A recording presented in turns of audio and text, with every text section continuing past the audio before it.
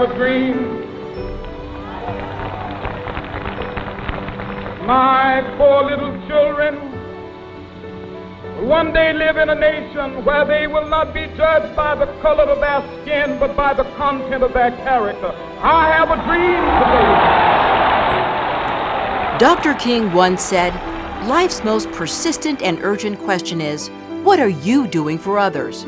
The individuals and organizations we honor today clearly understand Dr. King's call and are answering by making dramatic improvements in the lives of so many others.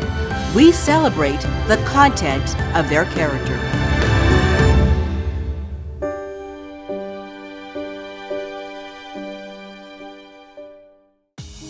Hello everyone, I'm Tamara Banks. Welcome to the 2016 Dr. Martin Luther King Business Awards, as we honor 6 inspirational individuals and organizations in our community and pay special tribute to a pioneer in the civil rights movement, Dr. Evie Garrett Dennis, with the Trailblazer Award. This year marks the 31st anniversary of this event. In 1986, 2 years after the passage of House Bill 1201 that established Dr. King's birthday as a holiday in Colorado, Mrs. Wilma J. Webb founded the Martin Luther King Jr. Business Social Responsibility Awards to give the business community an opportunity to honor the memory of Dr. King and reaffirm our commitment to the values he taught us. Last year, the name of the award was shortened to the Martin Luther King Jr. Business Awards. A total of 219 individuals, corporations, and nonprofit organizations have received this meaningful award over the years. Today, we added 7 more names to this prestigious list.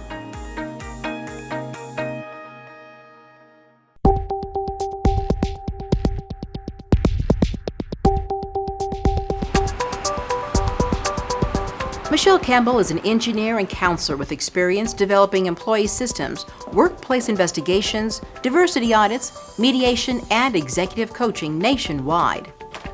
So I think that corporations that really want to stay in business and really be effective and be good stewards of the economy are not looking at diversity and inclusion from an internal standpoint. They're looking at it how to be effective from an external standpoint. Her publications, workshops, and keynote addresses include topics on organizational effectiveness and establishing policies based on race, gender, sexual harassment, disability, and age. Really, it's just looking at collectively, how do we utilize people in our workforce to get things done? With her husband, Michelle founded the Colorado Diversity and Inclusion Think Tank, an organization focused on enhancing the culture of corporations and nonprofits.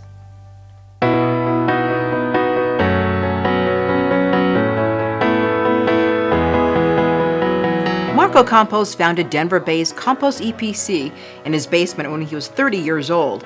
It's an engineering, procurement, and construction firm, and in just 9 years, Campos EPC has grown to become a market leader that employs about 200 people in 5 offices across the U.S. and Toronto, Canada. But Marco hasn't forgotten where he came from. He and his sister were raised by their mom in a small house in the Barnum neighborhood in West Denver. Grew up very humbly, and so understanding the value that it brought to me to have somebody help you along the way, particularly around education. A graduate of CU Boulder, Marco is active in the community, working to instill the spirit of giving back in his company's culture through internships, job shadowing, and scholarships. You'd be surprised how many people come in here saying, I'm going to be a basketball player, and leave and with a little bit of a reality check and understanding what it means and what is your plan A, because that sounds like a plan D. In 2014, Marco established the Campos EPC Foundation to elevate underserved minorities and girls in their pursuit of careers in science, technology, engineering, and math, directly impacting more than 1,000 students each year. We also this year sponsored a new lab at Samuels Elementary.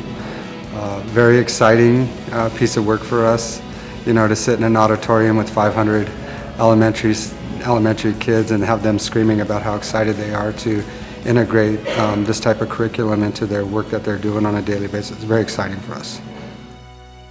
Marco hopes to support 6 more labs over the next couple of years.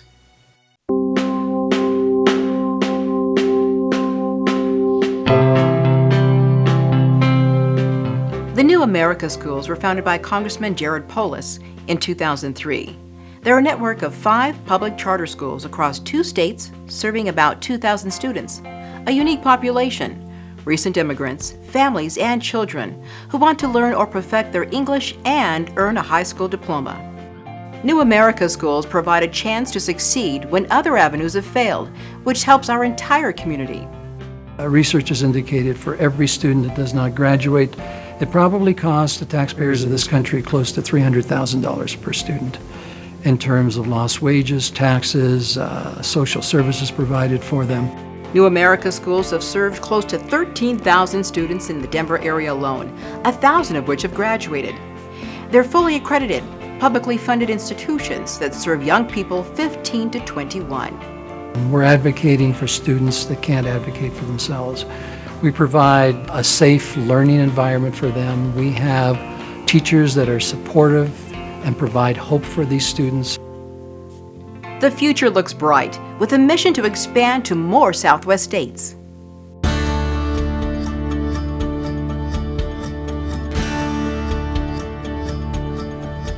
Angelina Rivera Malpieri is a lifelong community advocate. My mother taught me that this is our community, and that means that we all live here and we all take care of each other. And that's how Angie lives her life. She's currently the Vice President of the Stapleton Foundation and Executive Director of the Northeast Transportation Connection. She's a true community organizer. At some point, it goes from being a community to being a family, and that's really what I think about when I think about where I'm working in the community is I want everybody to know they're not alone. Angie has served the community through a number of professional and volunteer positions, including the Fast Track Citizens Advisory Committee, where she oversaw the Workforce Division. And this is an amazing opportunity for community members to get a viable career that could really take care of their families. Angie also sits on the board of the Center for Trauma and Resilience, helping crime victims in several languages. Ya estábamos en su caso hoy, pero esta sí no The tiene. things that they work with, the issues, are so deep in someone's life that it changes your soul. Angie also spent 20 years developing programs for at-risk girls at Mikasa Resource Center and the Rocky Mountain News. It is my responsibility to leave this world in a better place than when I came.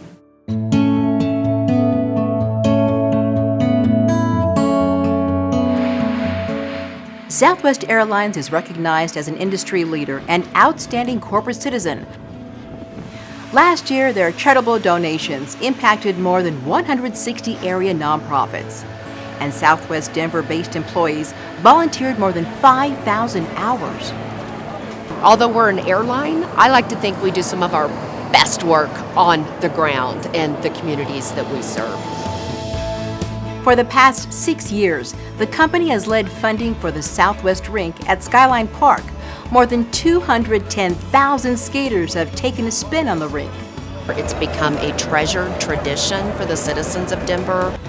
Through its medical transportation grant program, Southwest provides more than $3 million in free transportation to more than 100 organizations, including Children's Hospital Colorado and University of Colorado Hospital. Each year we provide a ticket bank for families in need to use as necessary for transportation to other hospitals for treatment or to bring patients into our hospitals here in Denver. In November 2015, Southwest Airlines received a rating of 100 from the Human Rights Campaign.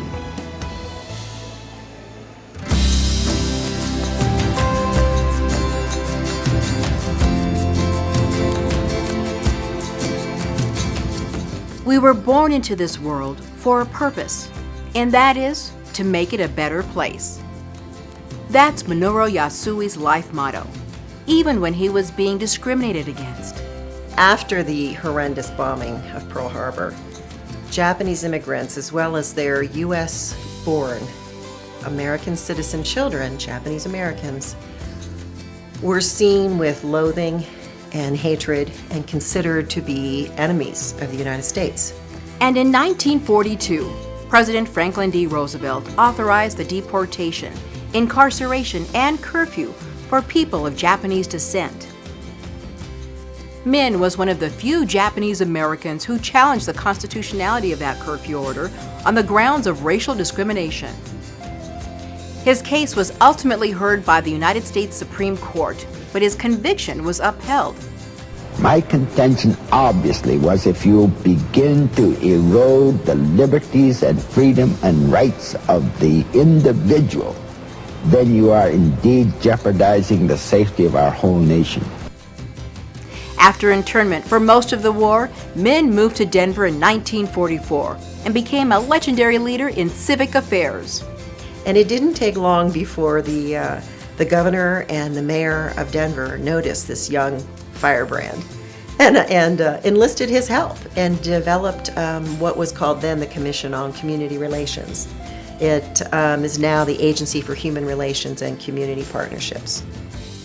A founding member of the Colorado chapter of the Urban League, Min was also instrumental in establishing Denver Native Americans United, now known as the Denver Indian Center. This battle was never just about Japanese Americans.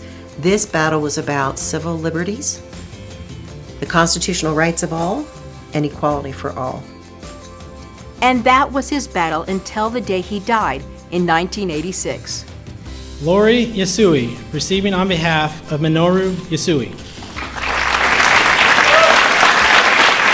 Last November, Min Yasui posthumously received the Presidential Medal of Freedom from President Barack Obama during a ceremony at the White House.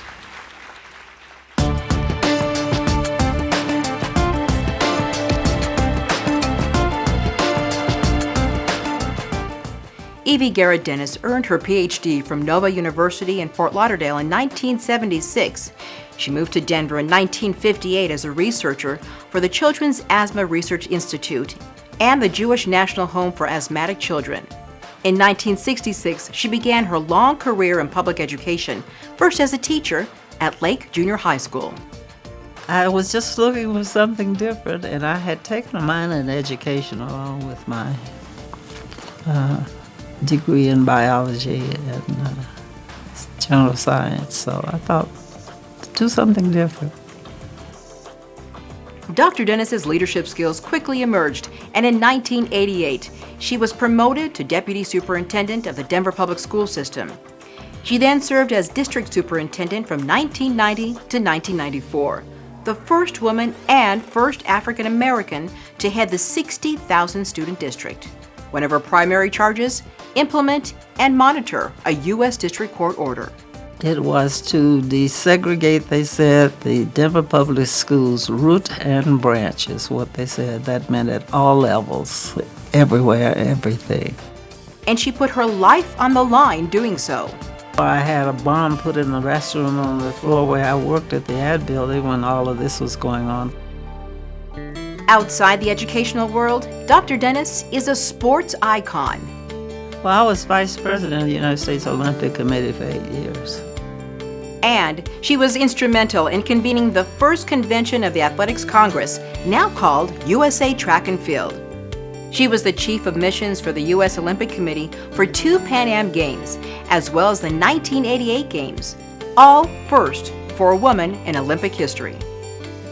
In 2004, Dr. Dennis was inducted into the National Track and Field Hall of Fame. Even Congress and the Senate have honored her.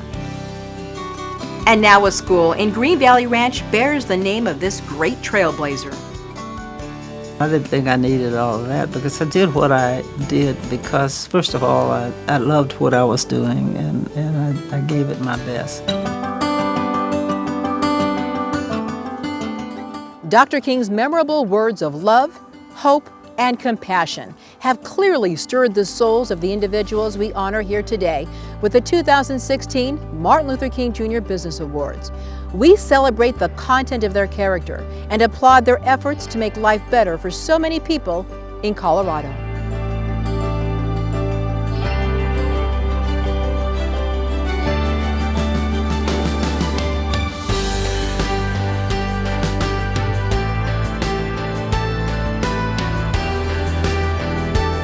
Free at last.